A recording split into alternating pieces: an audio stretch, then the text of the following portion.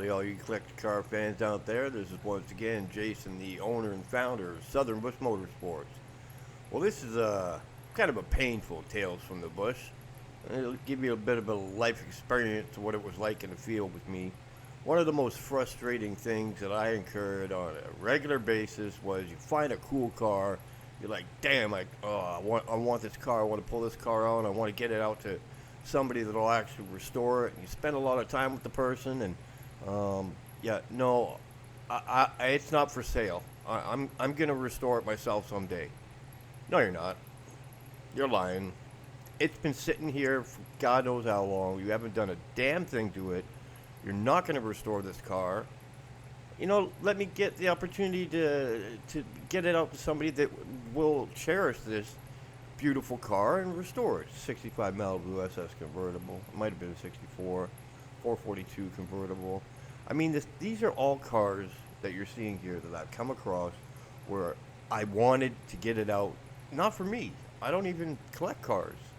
My whole career, I didn't collect cars. Until the very end, I built up a massive collection. But 20 plus years, all I did was wanted to get these cars out of the drastic situations that they were in to people like you and other people that would want this car. In the 340 Sublime Green Challenger, completely untouched car, super solid, so a few rust spots here and there.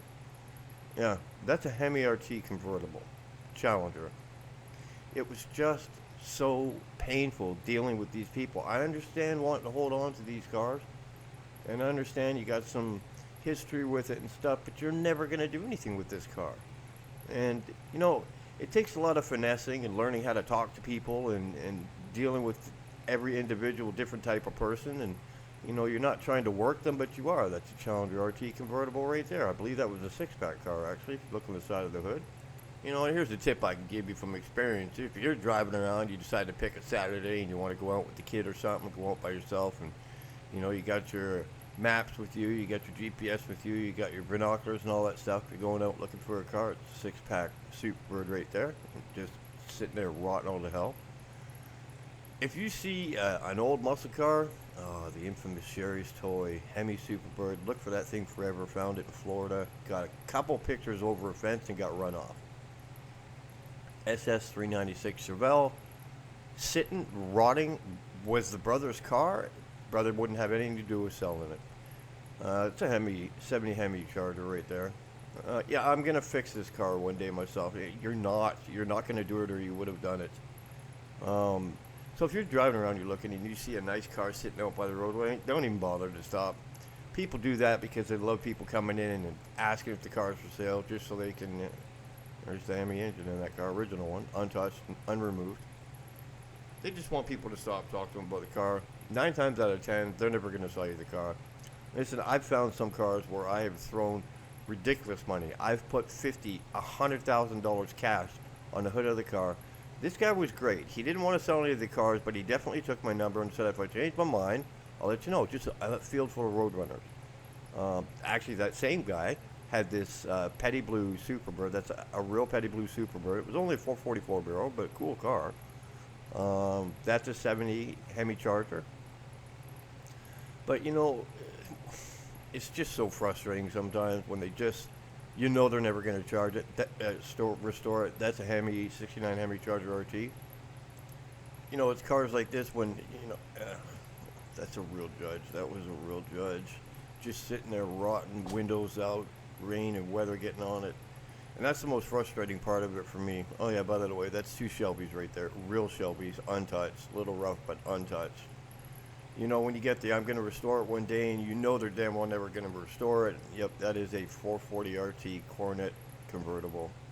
Yes, it is. It's one of the few. You're never going to restore that car. All the parts were inside this car, too. He had collected some parts over the years. The original engine was under the hood. Somebody had started to do some body work at some point. Looked like it had got some paint, a new top on it, and got pushed outside of a body shop because of non-payment, and the guy wouldn't sell it. That was 340 Scat Pack. I think it was Hustler Edition. It was some really crazy when I looked it up. That is what you think it is. That's a hearse. Yeah, and this guy wouldn't sell this car either.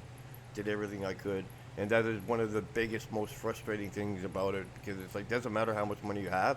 Somebody might have a sentimental value to the car, or whatever the reason is, they don't want to sell it.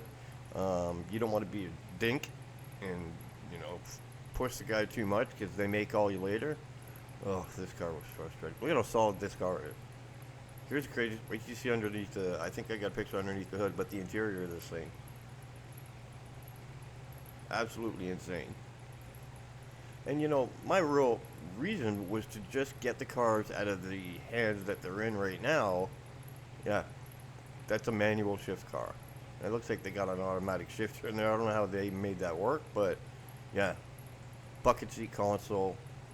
I think 4-speed car, all the gauges, all the SS package, but it wasn't an SS. It was a 427 car. You know, 70 Charger. This one I had a lot of troubles. I tried to get it. He wouldn't get it to me. Why would I make such a big deal? Not just because it's a super nice straight Charger, complete untouched car. You're gonna see why in a minute. Why I wanted it so bad. You know, bucket seat console car, automatic. There's got to be something about this car that made me crazy that this guy wouldn't sell the car. And that would be it right there. That was a real Panther Pink 70 Charger. Wasn't even an RT. It was only a 383 car if I remember right. Ugh. Mercury Cyclone. GT 429, I believe it was. Yeah. I'm going to restore the car one day, but I'm just going to let it sit there and rot. Yeah, I think that's the two Shelbys from before. But just rotting, I would kill for either one of those cars.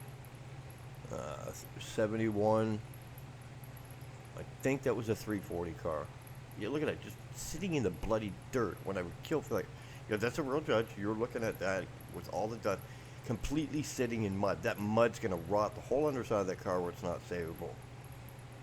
That is a 446 pack, triple black, CUDA. And I'm just gonna let it sit there and rot. Charger 500. All these cars that I dealt with, I just wanted to wring their necks because it's like you're never gonna restore this car. That's why it's been sitting here this long. I'm the one person, you know, that Charger 500 was a 4-speed car too. I'm the one person that can actually bring it to life. I'll even keep you involved in the restoration. I'll ask the new owner if he can keep you involved. You know, it didn't matter what I tried. When people are stuck on not selling the car, that's it. You know, the only thing you can do is just be patient, be nice as you can, as frustrated as you are. Try to give them your numbers so possibly they'll call you when they decide they want to sell it. Yeah, that is a real Charger 500. Look at that rear window. Nice. But, you know, at the end of the day, you can't make somebody sell the car. Sometimes, a lot of times, they just like the attention of people coming and asking about the car, and it's just, it was a really, that was the worst part about the being in the business, having the career of doing this was,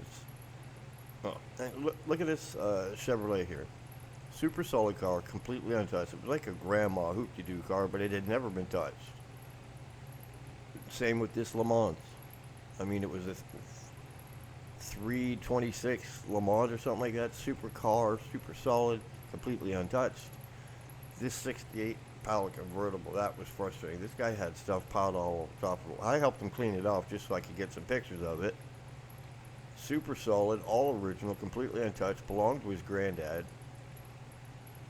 I said, look, just tell me how much you want for the car. You know? It's not like it's a super rare classic, but I mean, the car was completely untouched, and it really didn't need to be restored. It just needed to be cleaned up. No, I don't want to sell it. It's a 396 car, too. I don't want to sell it. I believe that was a 396 car. Yeah, it looks like that. But, you know, the guy he didn't want to sell it. It was just too much sentimental value. That's not one of my pictures, but, you know, that thing looks like it was a flood car, actually. But that's a real Daytona right there. And that is a real Panther Pink 6-pack Super B. A real one. Rotted all to heck. Barely not even savable. AAR CUDA. Hood sitting on the ground. Engine getting water in it. Windows out of it. Water. No, I don't want to sell it. I'm going to restore it one day. That is a real GTO. No, I don't want to sell it. I'm going to restore it one day, and, you know, I'm sorry.